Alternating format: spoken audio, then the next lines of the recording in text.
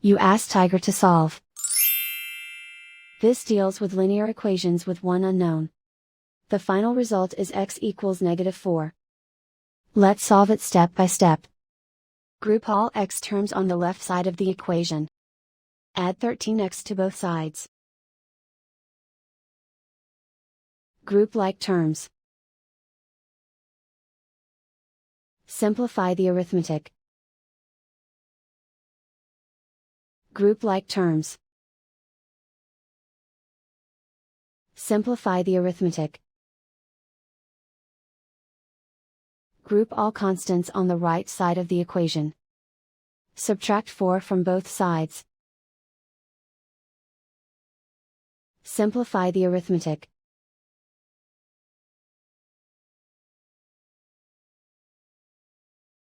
Isolate the x.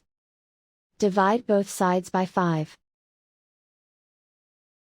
Simplify the fraction.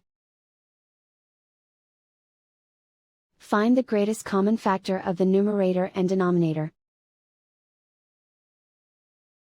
Factor out and cancel the greatest common factor.